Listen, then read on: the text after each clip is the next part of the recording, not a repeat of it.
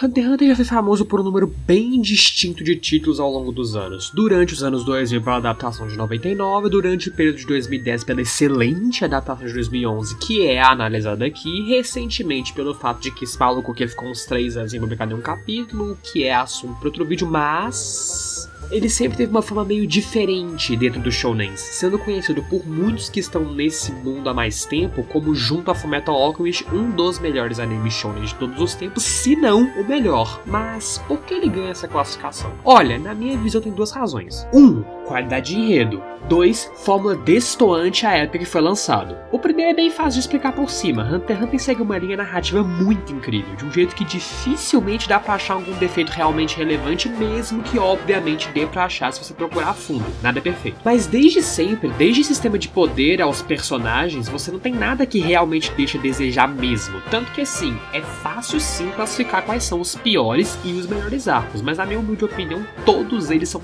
pelo menos bons. Não tem nenhum que realmente afunde a obra a níveis problemáticos ou sequer mais ou menos. Já o segundo motivo, ele pede uma explicação maior. O mangá original foi lançado em 1998, um ano antes de Naruto, um ano depois de One Piece e alguns anos / 2 décadas depois de Dragon Ball, Cavaleiros do Zodíaco, Hokuto no Ken, ou seja, próximo à época que 2 gigantes do conhecido shounen padrão estavam surgindo e ainda próximo daqueles que deram origem a esse conceito lá nos anos 80. Isso também é válido para a datação de 99, que estava no mesmo contexto considerado na época e permanece parcialmente funcional para a famosa datação de 2011, porque esse era o período que não só o nosso querido Naruto estava no seu ápice, como outros como Bleach tinham recebido anime nos anos 2000 e seguindo os holofotes. E o que isso quer dizer no final das contas? Bem, basicamente que enquanto a gente tinha o auge de vários shounens mais do padrão, Hunter x Hunter surgia numa linha mais séria, junto com Fullmetal Alchemist, que também estava ganhando autoridade na época. Isso, querendo ou não, criou um destaque em volta da obra, porque o diferencial dos temas abordados criou um estigma maior em volta, que fez muitos passarem a preferi-lo dependendo do que estão buscando. Porém, o caso de Hunter x Hunter é ainda mais complexo, porque ele não é simplesmente um shounen diferente com fórmula própria, como era o caso de Yu Yu Hakusho, que também é do Togashi. Ele é literal distorção e oposição de tudo que o Battle Shonen comum representa.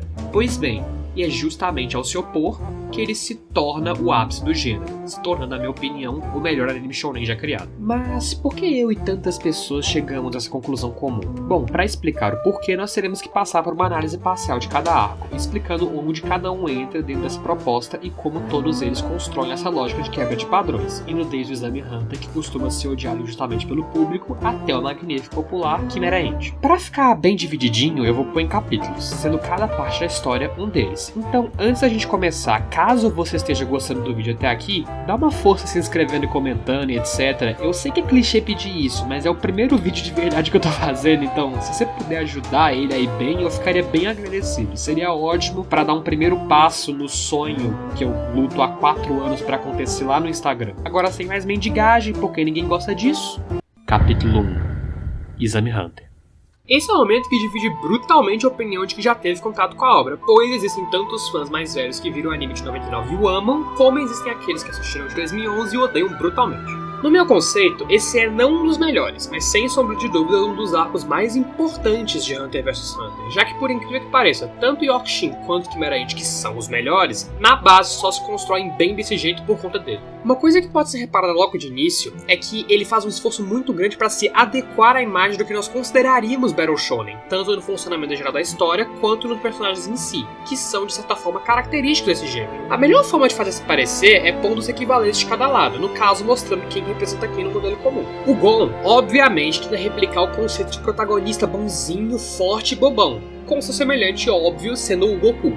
O Kurapika é a representação do coadjuvante Dark, que rouba a cena porque tem um passado fudido que o leva à frieza, com seu irmão mais conhecido sendo Sasuke. Só que como ele veio um ano antes, é mais apropriado relacionar com o Riei, personagem que é literalmente irmão dele, por assim dizer. O Leora é aquele cara que normalmente destaca por um carisma idiota, por assim dizer. No caso, ele não é forte, não tem a melhor moral do século a primeiro momento, só que ele se mostra hilário e extremamente foda quando o momento pede. Logicamente, o mais perto disso que a gente tem é o Usopp, que é amado justamente por seguir de forma perfeita essa fórmula que a gente tanto ama. E o Killua...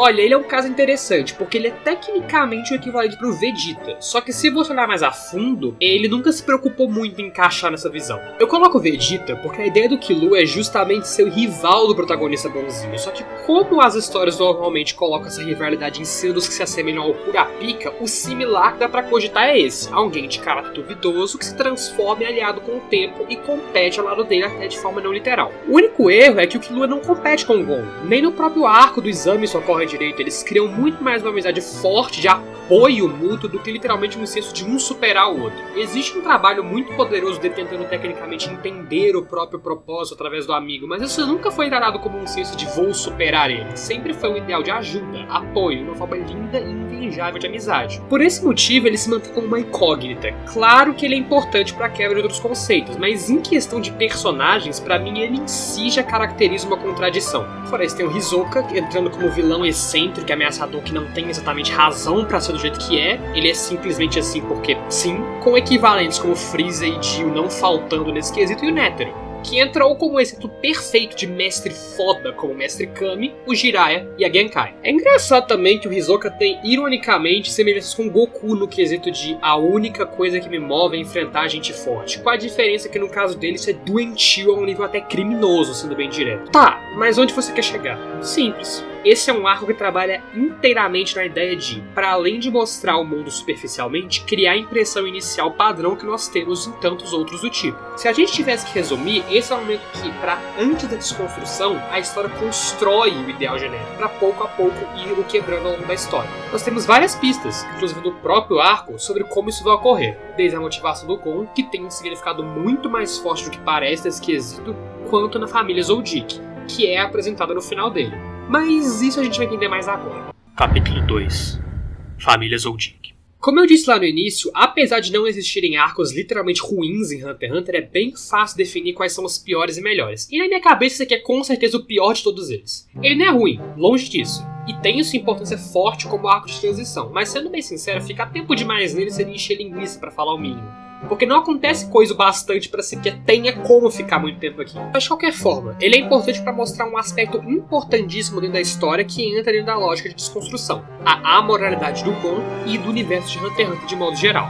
Mais pra frente vai ficar mais claro como isso se aplica ao protagonista especificamente, mas a realidade é que, diferente de outros mundos onde você tem, por exemplo, os guerreiros Z protegendo a Terra, ou os caçadores de Yokai protegendo a humanidade, aqui ser um Hunter ou não quer dizer nada, moralmente falando. Coisa que o próprio mundo reforça em sua hipocrisia. Cara, o Killua é membro de uma família de assassinos. O irmão dele é explicitamente psicopata e não é como se ele não concordasse com as atitudes da própria família. Não, ele tá cagando pro número de pessoas que eles e ele já mataram. O que afeta ele é só o fato que ele nunca teve o direito de ser outra coisa, mas o que ele é em si é irrelevante, no sentido bem literal da palavra mesmo. E mesmo assim, tanto ele quanto o irmão dele se tornam Hunters. Ele vai demorar um pouquinho ainda, mas vocês entenderam. A família Zoldyck prossegue funcionando com interferência nula dos que deveriam ser os mocinhos e nem vem com o papo de que é só porque eles são muito fortes, porque não só o mais forte trabalha com eles mais pra frente, como querendo ou não. Se tu juntar toda a organização, eles vão perder, por quantidade até por habilidade, dependendo. Isso se não fosse por outros meios, mas aí é assunto mais pra frente. E o protagonista, que era pra ser de puro de coração, liga pra isso? Não. Ele só vai lá casualmente pegar o amigo dele e continua próximo a ele mesmo sabendo dessas coisas. Isso já mostra a desconstrução em um primeiro aspecto. Não tem moralidade bem estipulada em Hunter x Hunter, nem no mundo e nem no Gon. Você tem personagens bondosos e também tem personagens maldosos, mas não tem muitas vezes um lado puramente certo e um puramente errado.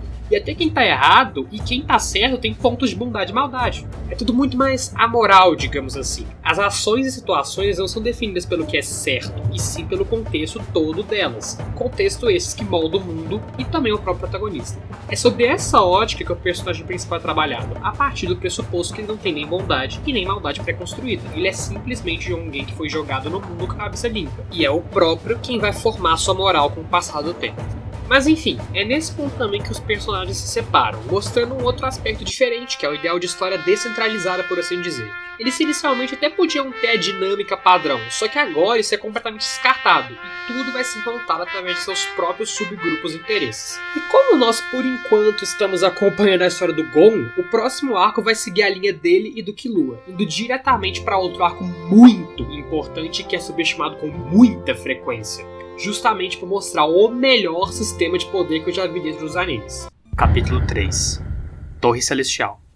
E nem. A Torre Celestial por si só já vai lembrar dos bons e velhos torneios de Dragon Ball, mas eu não julgo que o tópico principal nesse momento em específico vai ser realmente acabar com a linha do shonen comum, nem de longe pra falar a verdade. O ponto aqui é bem simples, mas igualmente importante: introduzir de fato o Nen no mundo, coisa que é necessária por motivos óbvios. Assim, é algo que distorce o gênero?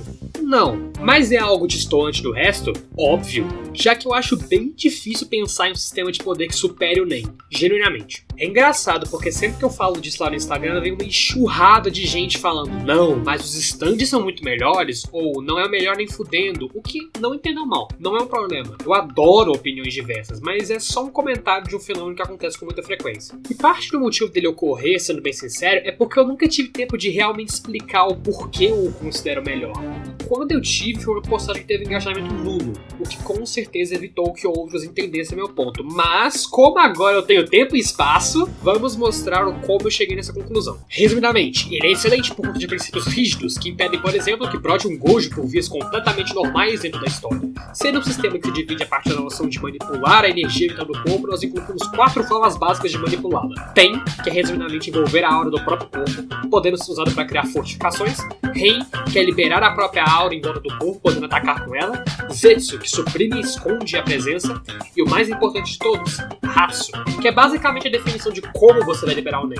A parte do Hatsu que surge o princípio dos tipos de Nen, que são as diferentes formas de manifestar a aura. Essa sendo reforço, que é como o nome diz, a capacidade de reforçar as habilidades físicas, dentro da força bruta mesmo. Transformação, que é basicamente fazer a aura ter propriedades de outra coisa, como fazê-la se comportar como eletricidade, por exemplo. Emissão, que é difícil de explicar, mas é como se fosse um Kamehameha, ou emaná-la em volta de você para criar e controlar algo feito de energia. Materialização, que é a habilidade de usar o Nen para criar outras coisas, criando objetos e afins. Manipulação, onde você usa o seu poder para manipular coisas que já existem, como animais, objetos e fumaça. E especialização, que encaixe tudo que fuja desse padrão e seja mais específico. Esses são representados por esse hexagrama, onde, por exemplo, ao ser do reforço, você pode usar 100% do reforço de tudo que ele oferece, 80% de transformação e emissão, que são seus adjacentes, e 60% dos mais distantes, e 40% do que está no ponto oposto. Sendo especialização uma exceção, porque ela não pode ser utilizada por quem não tem ela como principal. Ao considerar os princípios básicos, como não existe poder grande sem sacrifício grande, e o fato de que você sempre tem que desenvolver as próprias técnicas e não aprendê-las ou nascer com elas, nós chegamos em um ponto onde dá pra ficar assustadoramente forte. Só que isso vai sempre ser absurdamente bem balanceado, pois com uma contraparte grande não vai existir nada forte demais. Pegando um exemplo Nétero por enquanto, porque eu vou explicar o outro mais controverso no final do vídeo. Ele é sim muito forte, praticamente invencível, só que ele não é desse jeito porque sim ou porque tem 1 bilhão de poderes tirados do corpo, e sim porque ele treinou que nem Mula por quase 20 anos sem parar, meditando e batendo, meditando e batendo, meditando e batendo, meditando e batendo, e seguiu assim. Não dá pra ficar forte do nada no Nen, e mesmo quando você fica forte, toda ou quase toda, a habilidade é vencível, porque você não vai conseguir criar um leque gigante de poderes super fortes, porque criar um só já demanda um treinamento longo pra caralho. Isso faz com que no alto nível vire muito mais um duelo de inteligência e experiência em combate do que duas pessoas tacando poderzinho uma na outra. Ele é bom porque, sendo bem sincero, ele é inquebrável. Não dá pra fazer um Gojo ou um Sukuna aqui. E se você tentar fazer, vai necessariamente ter uma contraparte que não vai valer a pena, pelo princípio anterior do sacrifício imposto. Fora o que eu disse de ele ativamente incitar duelos interessantes, que não dependem só de soco, mas sim de muita estratégia e de efetivamente entender o que está sendo feito ali. Esse é o motivo pelo qual o Nen é o melhor sistema de poder da história. Se você não discordar de mim, a aba de comentários está aberta para a sua explicação. Agora, voltando para a torre, é muito foda como ela mostra não só mais do funcionamento de um personagem bem importante e carismático, no caso o Hisoka, como ele meio que alimenta bastante a ideia de que a história não funciona muito como as outras funcionam, o que mesmo não sendo o foco principal, é apresentado pelo modo como as coisas se desenrolam no torneio. O Gon e o Killua só entraram lá porque eles não tinham dinheiro, eles não estavam nem aí pra efetivamente chegar nos níveis altos, coisa que seria regra se o anime fosse outro. Não por conveniência, mas porque a história ia se conduzir pra isso. Por exemplo, eu não vi DB clássico. As coisas que eu falo vêm do Zen do Super, mas eu tenho certeza, ou quase certeza, que um dos torneios de lá deve ter acontecido porque o prêmio era uma esfera do dragão. não é? É uma pergunta genuína, tipo, eu realmente não sei. A história normalmente seguia pra essas vertentes. Aqui a maior motivação fora o dinheiro era a revanche contra o Hisoka, mas fora isso, tchau. Não tem preocupação nenhuma ali em realmente vencer a torre ou algo do gênero. Até porque o ponto do arco nem era a torre para isso de conversa. E fora isso, existe um outro fator importante pra esse momento, que é o destaque inicial da nossa querida Genei Ryono, que vai, querendo ou não, quebrar ainda mais os conceitos básicos do próximo arco, que, com foco no Kurapika, é um dos mais amados e, na minha visão, o segundo melhor do anime. Capítulo 4. Leilão de Yorkshin. Toda vez que eu comentei sobre Yorkshin com uma pessoa que sabia bem mais do que eu sobre alguns assuntos, a resposta dela, tanto falando do vilão quanto falando sobre ele em si, era: explicar isso aqui é um trabalho insanamente difícil, porque na maior parte das vezes a profundidade é nem falada, ela é sempre deixada implícita visualmente falando. Por isso, eu ainda não sei se eu tenho realmente o conhecimento necessário para comentar direito sobre esse momento, coisa que eu sei que eu tenho sobre Chimera Ant, porque ele é muito mais gráfico, digamos assim. Mas dentro do que eu consigo, eu posso apenas dizer e repetir com palavras mais simples o que me foi dito anteriormente. Yorkshin não é excelente por transmitir mensagens fodas. Yorkshin é excelente justamente porque a progressão que ele monta para cada microelemento dele é excelente. E para explicar isso, primeiro a gente vai ter que fugir um pouco do Kurapika e, pelo menos temporariamente, dar uma atenção maior para Genei, porque dentro da dinâmica geral, ela prova exatamente o meu ponto com o arco todo. Começa que nós temos aqui uma clara representação de uma organização criminosa fodástica de shounen, coisa que o próprio Togashi tinha explorado em Yu Yu Hakusho, só que de uma forma meio diferente. Existe, sabe, desde o começo do arco, quando a gente conhece o passado do clã Kurata, um mistério muito grande em volta dela, de suas motivações, de suas causas, de quem são.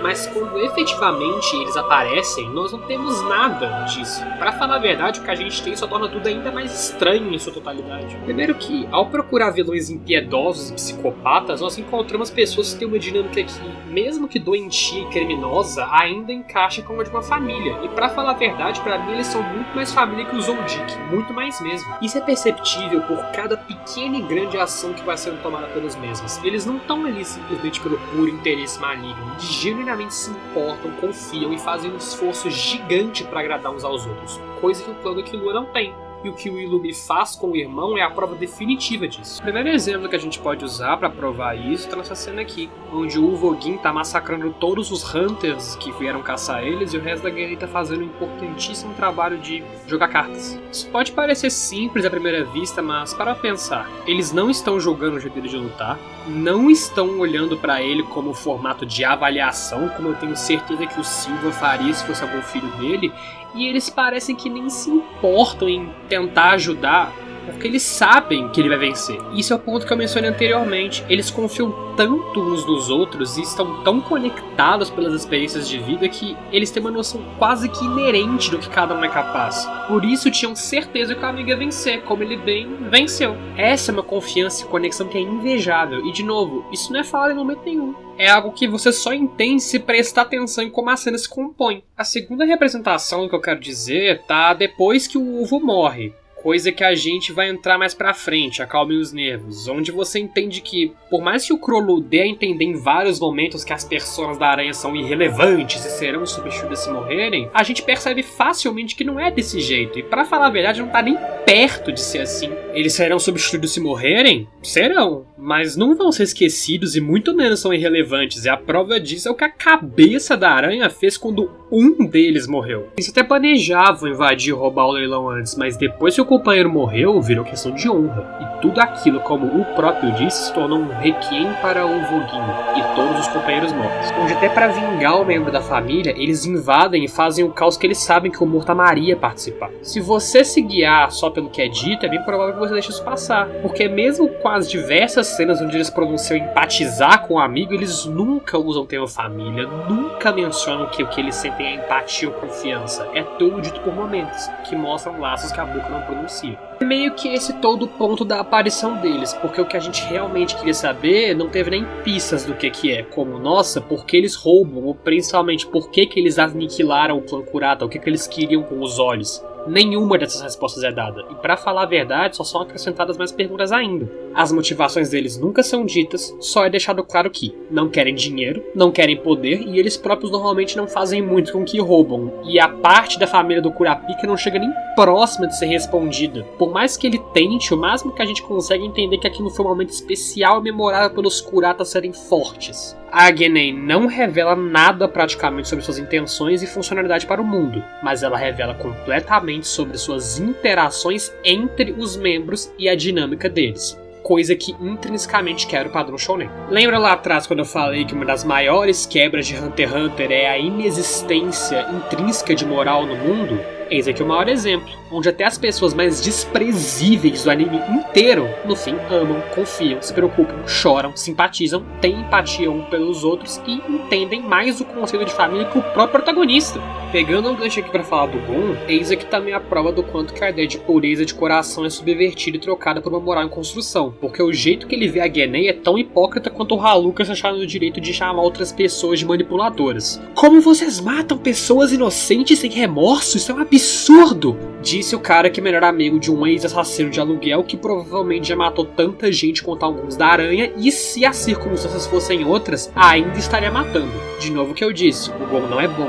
Ele até pode estar desenvolvendo algo que possa ser considerado bondade, mas essa contradição é a prova definitiva que ele nem entende direito o que é ser bom e se guia muito mais pelo que as próprias emoções dizem pra ele do que é certo, do que um padrão de moral que faça sentido. Para o Gon faz total sentido a gerência do mal, afinal ele sente empatia pelas pessoas que eles mataram, mas ao mesmo tempo não tem lógica nenhuma que Lúcio é maligno, afinal ele também sente um apreço enorme pelo amigo. Apreço esse que não deixa de ver suas ações ruins. E voltando para o Kurapika, isso é ainda mais aplicável e ainda mais funcional, porque a história dele não segue um padrão de redenção, que seria o comum e moralmente correto para esse tipo de personagem. Pra falar a verdade, ela em muitos momentos trabalha com o desenvolvimento da vingança em si. Ele é um personagem que sacrificou boa parte da própria vida para matar Genin. Criou poderes especificamente com esse objetivo, treinou com esse objetivo, e até aí a gente enxerga a caracterização comum de vingança é ruim e blá blá blá blá blá. Só que durante o arco isso muda, e muito.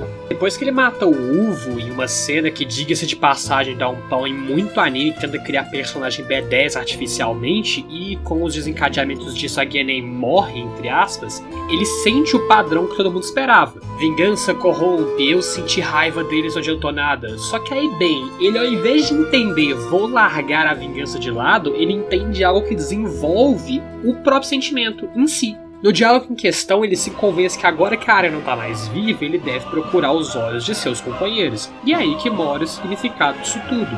Porque ele entendeu que o que fez com que a morte de seus inimigos fosse vazia não era vingança, e sim porque ele estava fazendo aquilo por ódio. Ali ele entende que a raiva que ele disse no início que tinha medo que um dia sumisse era um problema, porque ele não devia lutar por ódio, ele devia lutar por quem morreu, e só assim os mesmos efetivamente seriam honrados. Isso é totalmente fora do comum. Em qualquer outra franquia isso seria um gancho pra ele entrar num arco de entender que vingança é uma merda, mas aqui não. Aqui isso só fez ele mudar de motivação, mas o resto continua exatamente igual. E pra finalizar essa parte, só pra não acharem que eu esqueci dela, o Chrollo em si é um vilão magnífico, e os motivos, bem, não são ditos, não são pronunciados, não são explicados, é tudo uma questão de mistério, imagem e, por incrível que pareça, nem. Ele pede um vídeo próprio dele, porque confio no que eu digo, provavelmente dá pra gastar ao mesmo tempo que eu gastei um arco inteiro falando dele, com facilidade. Bem, era isso que eu tinha pra falar do segundo arco mais amado de Hunter x Hunter. Agora bem, vamos falar do que é um dos, se não o mais odiado de todos. Capítulo 5. Grid Island. Eu tenho um amigo, que é bem mais irmão do que amigo, que julga Grid Island no seu arco preferido, e ele tem motivos muito bons no meu mais humilde conceito, apesar de eu não concordar muito.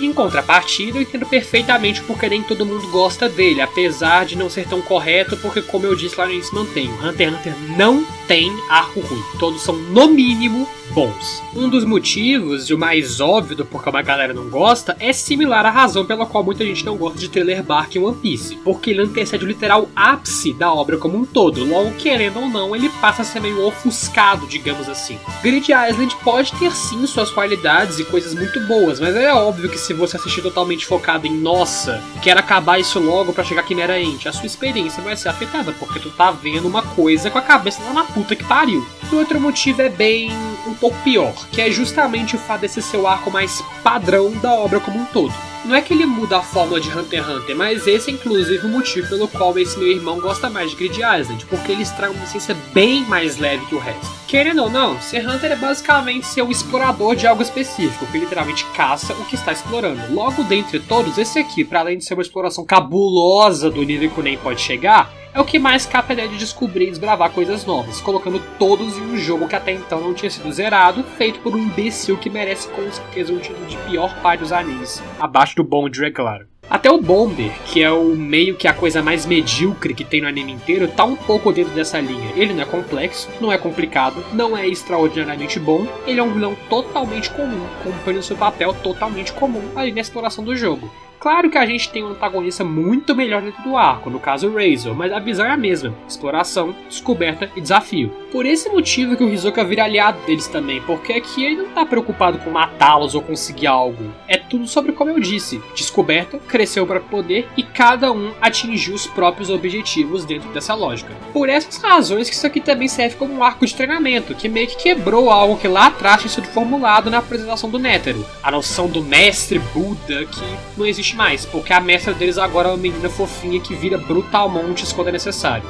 Dentro disso a gente observa evolução, garra, crescimento de amizade, uma leveza maior na relação que o Gon e o Killua têm com si próprios e com o mundo, já que é aqui também que o Killua vira Hunter de verdade, e também é um momento bem polêmico quando se trata de Nen. E bem, isso eu vou ter que refutar com todo respeito. Muita gente argumenta que não, aqui o Nen virou bagunça, é absurdo alguém ser capaz de fazer tudo isso usando de algo que era para ser balanceado. A resposta para isso é simples. Não é.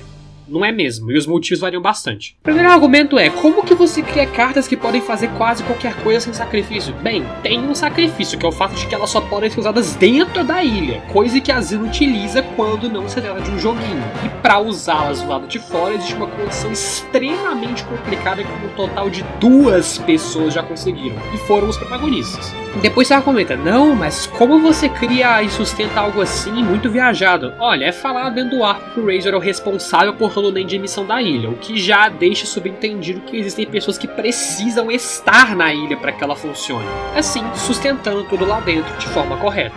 Com essas duas condições de quem sustenta não pode sair, tudo criado ali não pode ser usado do lado de fora sem vencer o jogo, as coisas já se aplicam perfeitamente, pois mesmo que tudo lá seja meio God Mode, só serve para aquele lugar. Do lado de fora é completamente inútil. Isso se enquadra perfeitamente na regra de condições impostas, que permite sim você fazer coisas bizarras e fodas, mas sempre tem algo que precisa ser posto em contrapartida, que é nesse caso tanto a existência de pessoas lá dentro para sustentar, quanto a impossibilidade de interferência naquele cenário em campo externo. Enfim, não dá pra se estender muito. Esse é um arco de treinamento que as pessoas não gostam, pois ele é leve e capta a essência de exploração que havia sido deixado um pouco de lado com o tempo. E por isso, muita gente não gosta e não agrada, mesmo sendo um arco no meu conceito bom.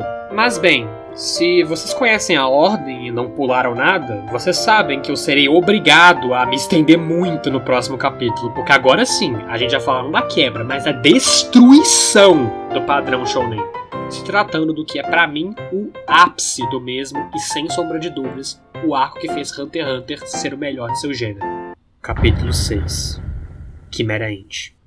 O clima vai mudar um pouco agora, por necessidade de roteiro mesmo. O arco das Formigas Quimera, que é popularmente taxado como o melhor arco de Hunter x Hunter, é, na minha visão, o momento que merece a maior parte do vídeo, porque é aqui que boa parte dos elementos que eu mostrei anteriormente vão ganhar destaque. Isso válido tanto para momentos lindos que dão vontade de chorar, quanto para cenas dolorosas que causam vazio na alma. Sendo bem direto, se o anime em si é o melhor shounen já feito, Quimera Ant é o melhor arco do shounen, já que pelo menos por enquanto eu não encontrei nenhum que o ultrapassou. Uma coisa que difere um pouco esse arco do resto é que mesmo que não seja incomum dentro da história criar narrativas que giram em torno de mais de um indivíduo, como foi feito em Orkshin, querendo ou não ainda vai ter um centro, que na maior parte das vezes tem a ver com o protagonista daquele momento. Por exemplo, mesmo que durante a caçada da Genei você tinha sim uma divisão de atenção, ora Kurapika, ora Aranhas, ora Gon e Killua, não é segredo pra ninguém que quem lidera as atenções ali é o Kurapika. porque se não fosse por conta dele, essa caçada nem estaria acontecendo para começo de conversa. Mesmo que de fato exista uma busca constante pelo jogo que tá a ser leiloado, nada ali realmente é sobre ele, é sobre como os caras que mataram a família do curador de pau funcionam e como ele investiu tudo da própria vida para matá-los. Aqui a conexão entre os focos é muito mais solta uma da outra, e ela vem a se juntar por motivos narrativos, porque tanto o Gon quanto o Meruem estão literalmente cagando pra existência um do outro, além de seus objetivos muitas vezes não se conectarem. Ok que o protagonista queria derrotar as formigas, mas lembra que eu disse que, por ser puro, ele constantemente faz as coisas sem uma base moral bem feita? Por que ele tava ali com os outros Hunters? Pra salvar a humanidade? Podia ser como objetivo secundário, mas o primário com certeza era salvar o Kaito. Personagem esse que eu tenho certeza que o rei nunca nem se importou com. E agora falando do antagonista, o que ele tem a ver com o Gon em questão de relações? Nada. Literalmente nada. Tanto que a batalha que ele trava não é nem contra ele, é contra o Nétero, o que fora os significados que a batalha em si tem, representam como distantes, mas ao mesmo tempo próximos, ambos estão. Falar de Quimera Ant sem falar sobre como esses dois se conectam por paralelos é desconsiderar o ponto do ar como um todo, que não coloca os dois a embate direto, mas os evolui sobre a exata mesma lógica, transformando o monstro em homem e o homem em monstro. Vamos começar pelo homem, Gon Freaks, o protagonista de Shounen puro. Lembram lá atrás que eu falei que a pureza dele estava muito mais relacionada com o fato de que o mundo não ter uma moral pré-estipulada e que isso valia muito pra ele? Bem, hora de explicar como isso se aplica na prática. Quando você pega uma criança que ficou a vida toda numa ilha onde nada de ruim acontecia e joga ela no meio de uma civilização com tanta coisa intensa e muitas vezes podre, o que você acha que vai se formar na mente dele? Bem, como antes ele não tinha um padrão de moralidade, o que for acontecendo vai criar o dele, e isso vale para cada experiência que ele nunca tinha tido antes. O Gon nunca conheceu a amizade do jeito que ele conheceu com Killua, nunca conheceu pessoas realmente más como a Genei, nunca viu seres fortes como os que foi vendo, e isso foi construindo aos poucos um senso de bem e mal na sua mente. Que não é o mais coerente do mundo, mas é justo pelo contexto do personagem. Agora, outras coisas que ele nunca tinha sentido como passou a sentir foram medo, perda, ódio, impotência, um monte de sentimento horrível que, se posto em um cérebro limpo, vai criar uma coisa horrenda, como vimos acontecer aqui. A construção e desenvolvimento dele gira em torno disso, onde primeiro ele experiencia o medo e a impotência absurdos advindos da Pitou e não os compreende, depois sente impotência quando pede pro Knuckle, coisa que em outros animes do gênero nunca aconteceria, em seguida sente o ódio absurdo das formigas por terem feito o que fizeram com o Kaito, e no fim sente a perda pela primeira vez, quando descobre que aquele que procurava já tinha morrido há muito tempo. Todos esses sentimentos acumulados resultam no que nós popularmente conhecemos como Gon Rage, que é por todas as razões que eu acabei de comentar, uma das cenas mais mal interpretadas dos animes, se não a mais. O que não falta por aí é a Edith Beres dela, mostrando, nossa, olha só como ele tá puto e poderoso, que momento foda, sendo que não tem nada de foda naquela cena, nada mesmo. Ela é literalmente a representação do fim da inocência, onde a alma mais pura de qualquer tipo de maldade que existia naquele mundo cede ao ódio e vira um monstro.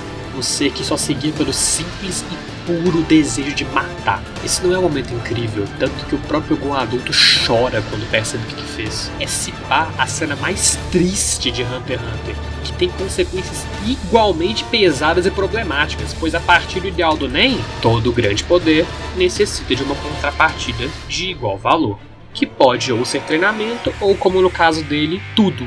Literalmente tudo. Dessa forma, o homem, quando experienciou coisas horríveis que nunca havia experimentado, cedeu e virou um monstro. De uma forma inclusive que foge muito o personagem e abrange o ponto todo do arco.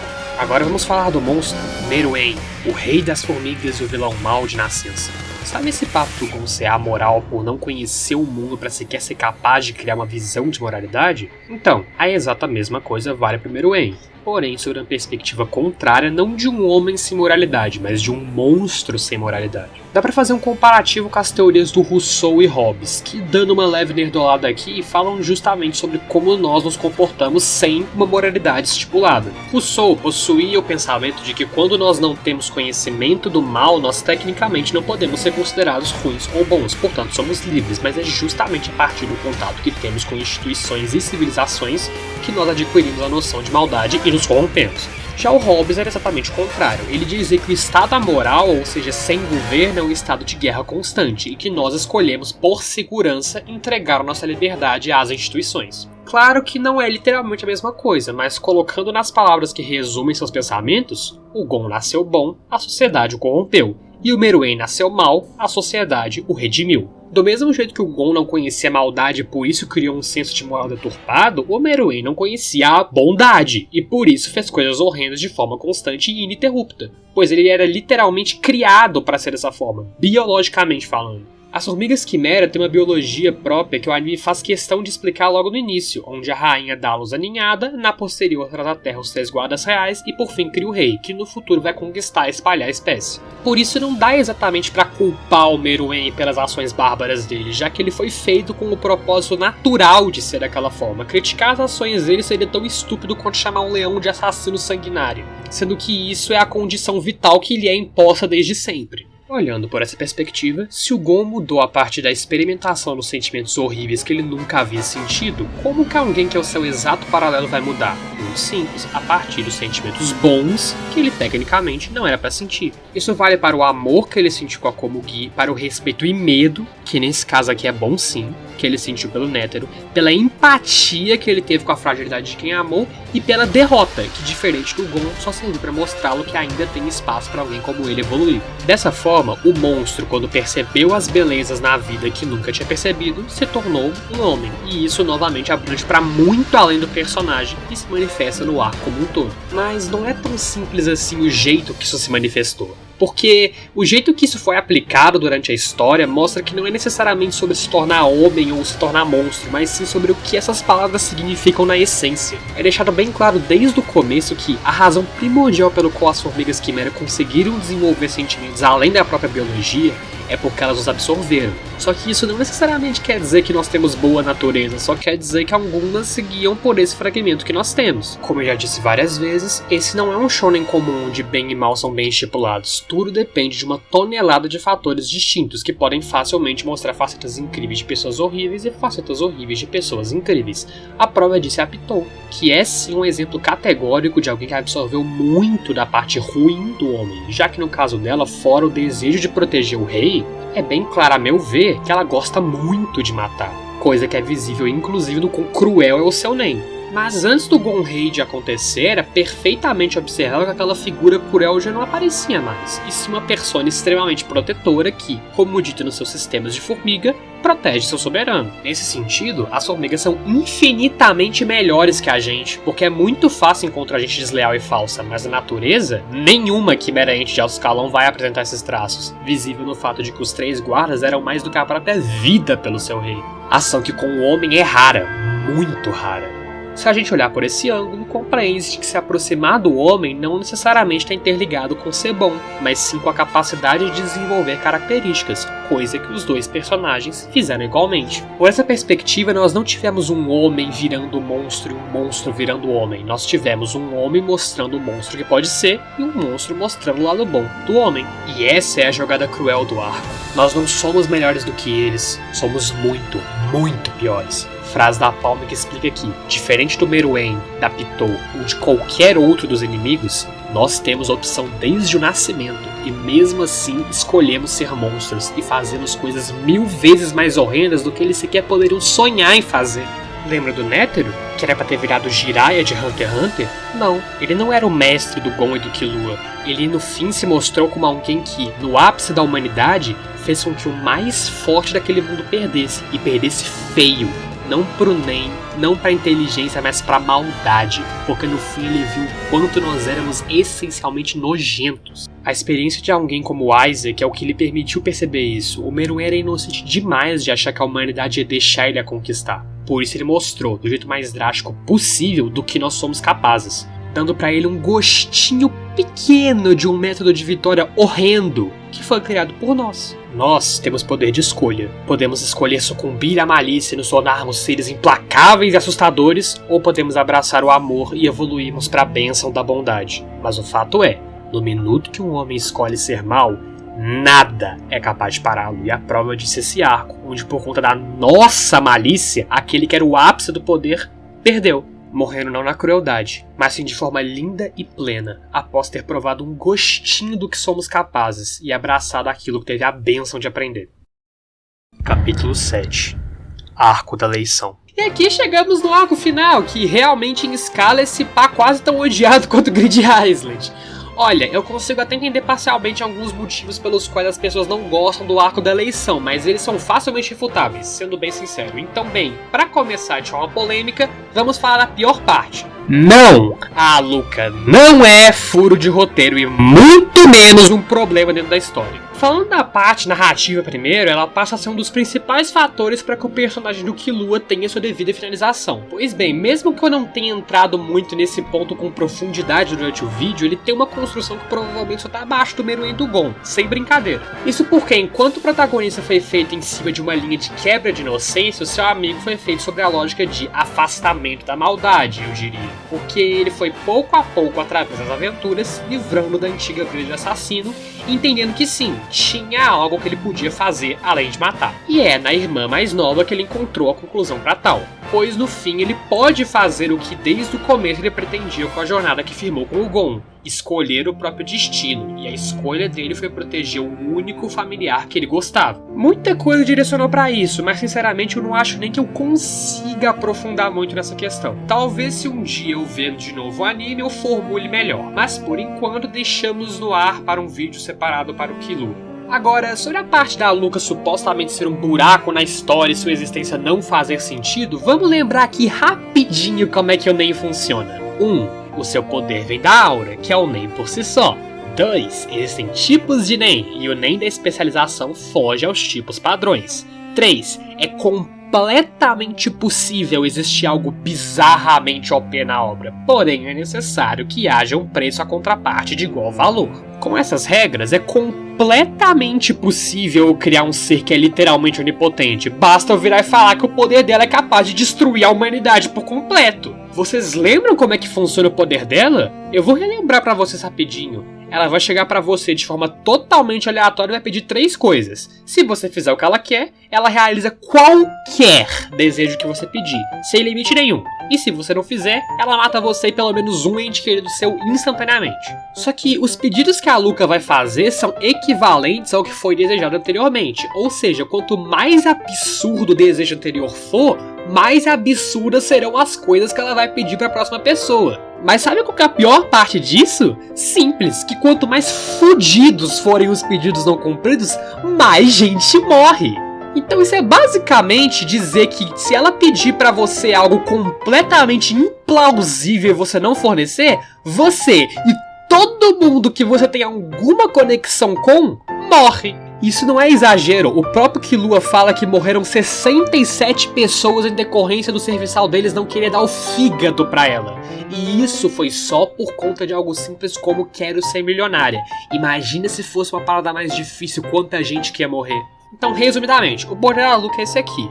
Eu sou onipotente, mas se você não cumprir os meus requisitos absurdos pra isso ser verdade, sabe-se lá quanta gente eu vou matar. Isso é totalmente dentro das regras do Nen, um sistema acumulativo que cobra o preço em vidas para que certas coisas sejam realizadas, e um preço muito justo e muito perigoso. Sem brincadeira, antes de entender que os Oldic meio que usavam a menina, eu não tinha a menor ideia do porquê eles sequer deixavam ela viva. Considerando, é claro, que eles não são o tipo de gente, obviamente, que mataria criança, não é? Porque só deixar ela presa já é perigoso, quem dirá se ela fugir. Sem brincadeira, se tu solta a Luca no mundo sem supervisão ou na mão de um desavisado, tem na moral chance de morrer mais gente do que morreu nas 2 guerras mundiais juntas. Porque vai que um cara pede algo como quero poder ilimitado e vira um deus. Porra, sem brincadeira, pra certos desejos eu acho que vai de Vasco todo mundo que sequer trocou palavras com o próximo azarado e ó. Se você morar em uma cidade do tamanho de São Paulo, umas 2 milhões de pessoas vão pra vala no processo. Agora, falando da parte mais legal e envolve menos ficar explicando coisas tecnicamente óbvias, vamos ao porquê esse arco é bom e realmente importante à história. Porque ele, para além de fechar a trajetória inicial do Gon,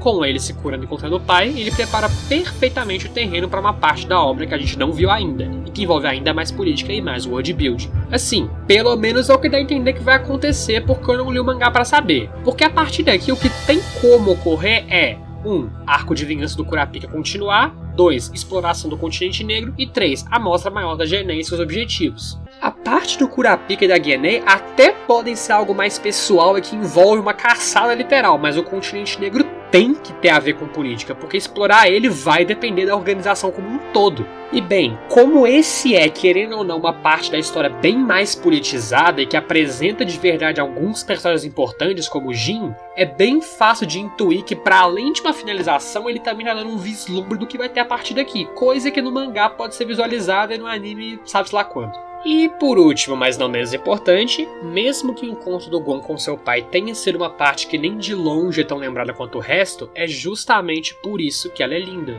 Porque toda a jornada que a gente viu aqui, no fim não foi travada em linha reta, ela foi desviada milhões de vezes, e cada um dos desvios mostrou algo diferente, que no fim foi 1000 vezes mais relevante do que simplesmente encontrar o pai.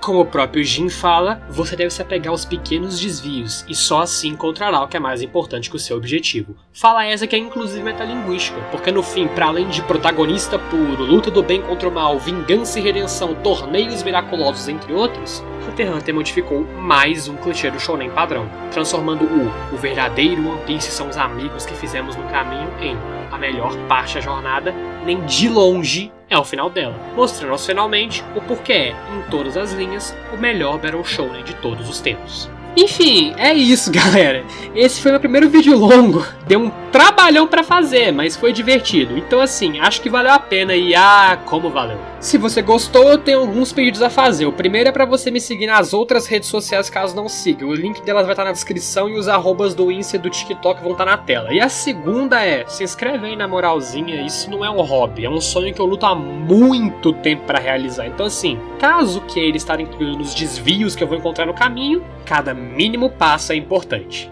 Espero que todos vocês tenham gostado, fiquem bem e até o próximo vídeo, seja lá quando for. Falou!